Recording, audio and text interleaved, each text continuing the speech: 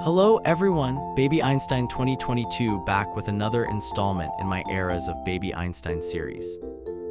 Today, we're going to be discussing the years 2006 through 2009.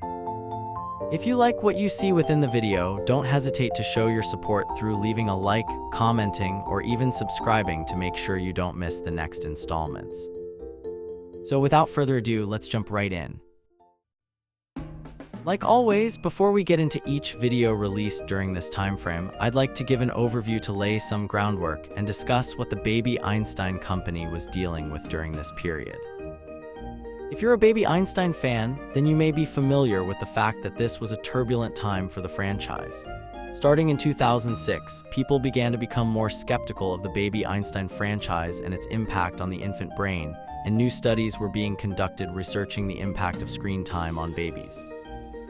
In May 2006, the Campaign for a Commercial-Free Childhood filed complaints arguing that Baby Einstein's marketing implied educational benefits that were not supported by evidence. The group challenged claims suggesting that babies could become smarter or learn language faster from the videos. At the same time, the media also began questioning whether infants should be watching any TV at all. This was a major issue for Disney and the Baby Einstein company, as they had built their entire identity around the fact that these weren't simply DVDs, but rather that they are educational products meant to bolster your baby's vocabulary. So to combat this, the company reformatted its website and removed some promotional jargon that they thought could be misleading. With that, in December of 2007, the FTC closed the complaint. They ruled that the company did not invalidate the FTC's substantiation rules. However, 2007 was arguably one of the most damaging years for the Baby Einstein franchise. In a study conducted by the University of Washington in 2007, they concluded that amongst 8 to 16-monthers, baby DVDs like Baby Einstein and Brainy Baby were heavily associated with lower communicative development inventory scores, which in other words is just a standard language development test used to score little one's comprehension and communication skills. Disney strongly refuted these claims, but the damage was already done.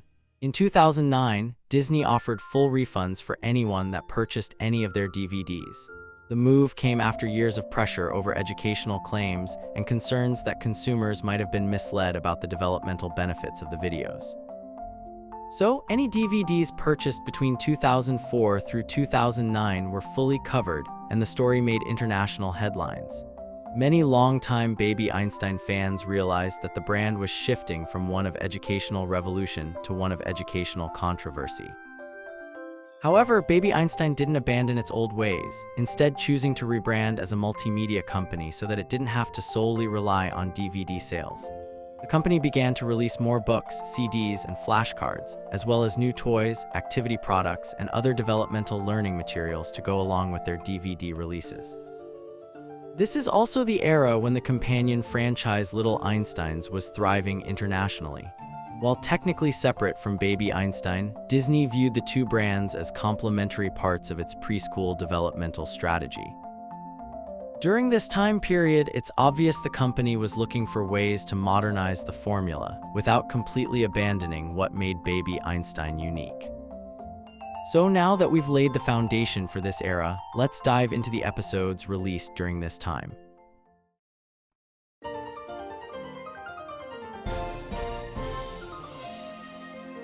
To start us off, we have Meet the Orchestra. Released on March 7th of 2006, Meet the Orchestra serves as a baby's introduction to all of the instruments one might find within the orchestra.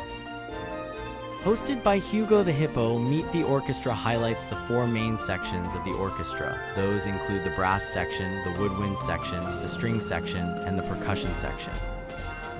The video features pieces by the likes of Beethoven, Haydn, Joplin, Mozart, and Johann Strauss Jr., as well as some more traditional songs.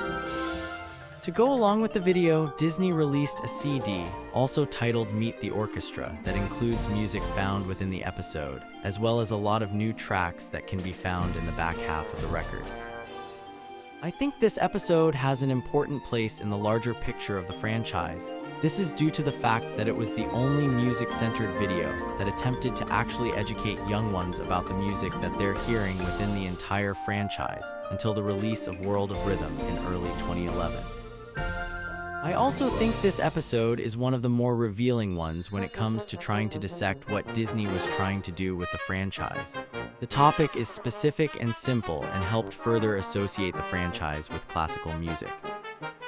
The videos that came out during the Disney era all seem to share this trait, but I think Meet the Orchestra is special due to the fact that it's strictly about music, especially considering the fact that it came out during the middle of the Disney era when they were making episodes about anything and everything.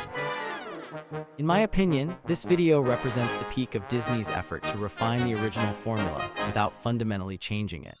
Meet the Orchestra serves as a great resource to introduce your child to the different instruments they might come across, and is a great way for parents to help their children feel more connected with the music heard across all episodes of Baby Einstein.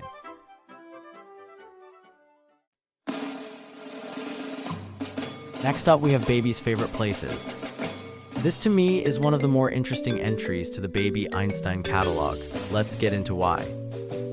Released on July 25th of 2006, Baby's Favorite Places takes you around town, visiting many places familiar to you and me, serving as a sort of sequel to 2005's Baby Wordsworth. Hosted by Pavlov the dog, Baby's Favorite Places has 3 main segments. These include My Street, The Park, and Main Street, with the Main Street segment being split into 2. This episode features one of the more intriguing combinations of composers, those being Mozart and Joplin. I think the combination actually kind of works since, in my opinion, both composers have similar personalities, especially when it comes to their compositions. A lot of the music featured is very lighthearted, so I think this weird at a first glance combination actually works for the purposes of this video. The video also features an original composition by sound engineer Bill Weisbach titled My Neighborhood, as well as an interlude featuring the traditional song When Johnny Comes Marching Home. Baby's Favorite Places strives to be one of the most practical episodes ever released by Baby Einstein. I think the goal with this video was to create a product that parents can use to educate their children about places they might encounter throughout their daily lives. Similarly to Baby Wordsworth, this video features award-winning deaf actress Marlee Matlin, who signs every word featured within the video. This is the second of 3 episodes to feature Marlee, and I think it's a nice touch and great way to subtly teach kids how to sign ASL using everyday words. In essence, I think Baby's Favorite Places was one of the strongest entries to the franchise for this time. The video does have a lot of great puppet shows, but it also teaches essential vocabulary and empowers young ones to be able to interact with their surroundings. Unfortunately, I think this video can be seen as a prototype for what Disney hoped Baby Einstein would become before the controversies of 2007 through 2009 forced the company to rethink its strategy. However, I think the practicality of the topic and the way the video is laid out is some of Baby Einstein's best work during this generation.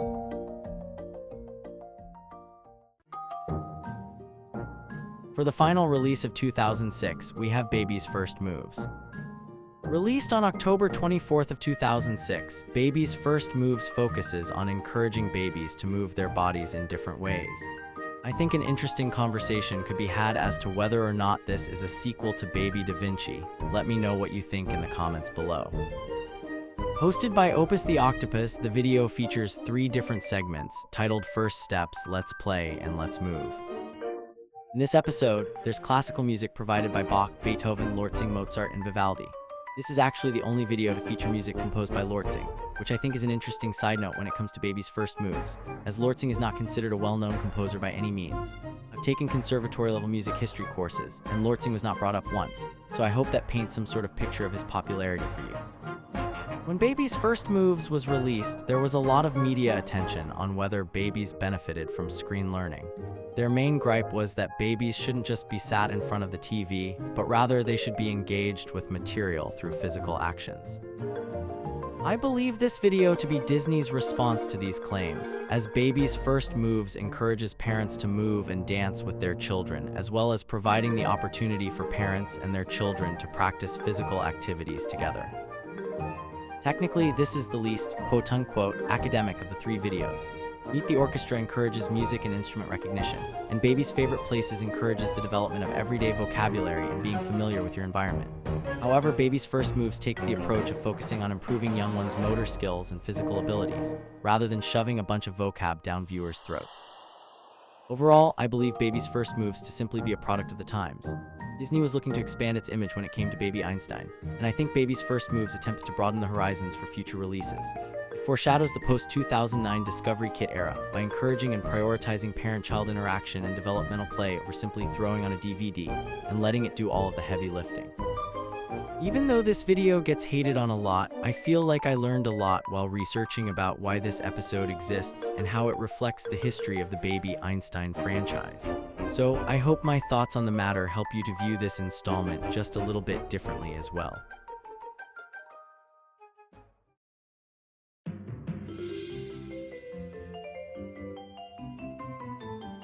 To begin Disney's 2007, we have My First Signs.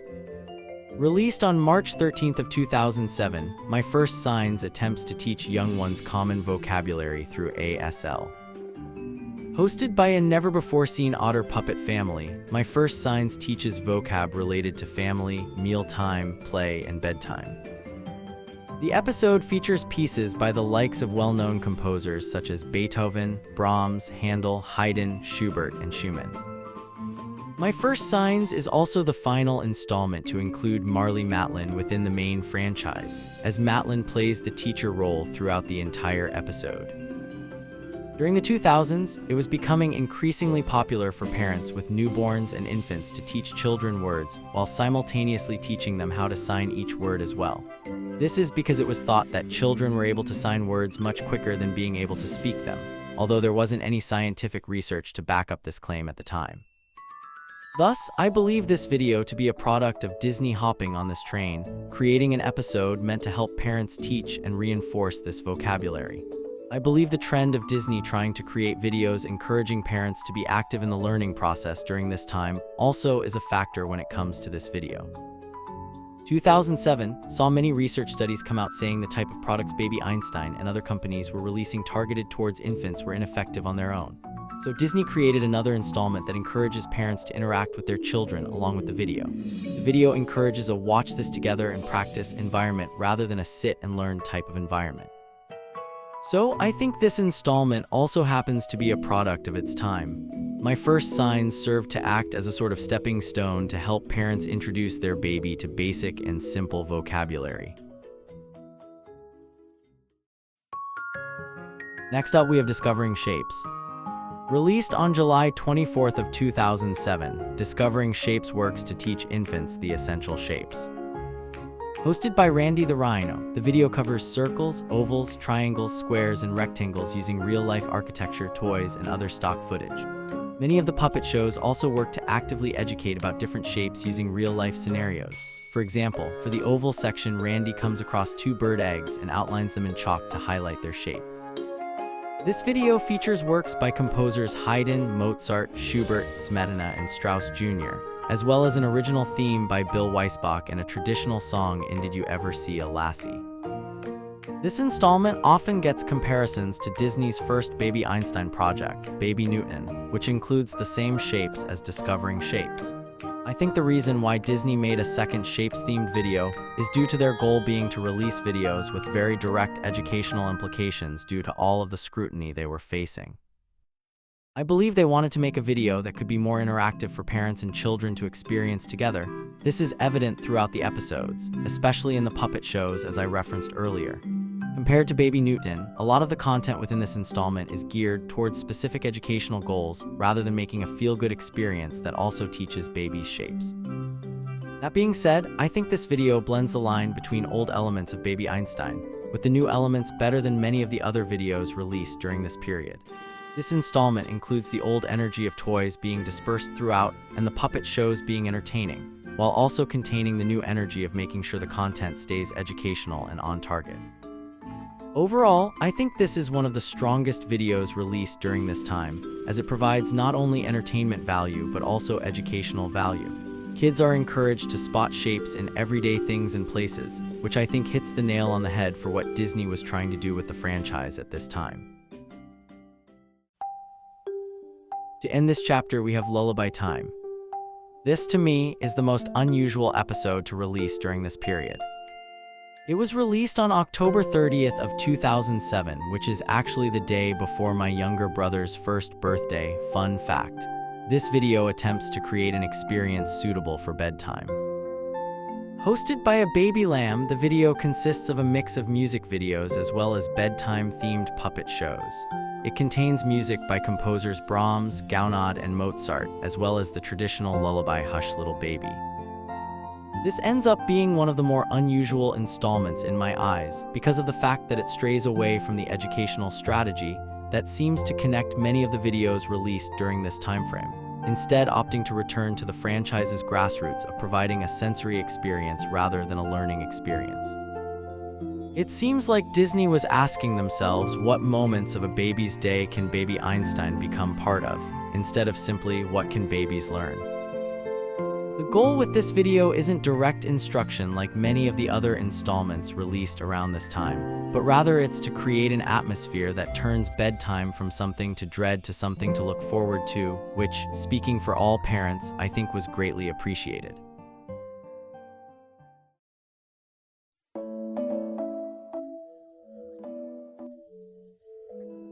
Baby's First Sounds was the only video Baby Einstein put out during the year 2008. It was released on March 11th of 2008, and we wouldn't see another installment until over a year later. Hosted by a new bee puppet, the goal is simple: to help children recognize common sounds and connect them to familiar objects, animals, and experiences. The bee takes young ones through phonemes B, A, D, M, and E, connecting them all to different vocabulary. This episode features works by Beethoven, Mozart, and Schubert, as well as the original Baby Einstein theme by Bill Weisbach and some traditional songs. This video sees Disney return to their instructional ways, educating young ones on how to make sounds that many people make while talking during their everyday lives. The video attempts to develop babies' sound recognition skills and connect those sounds to everyday words. Disney had become more and more focused on creating videos centered around the development of the baby brain, but this video is unlike its predecessors.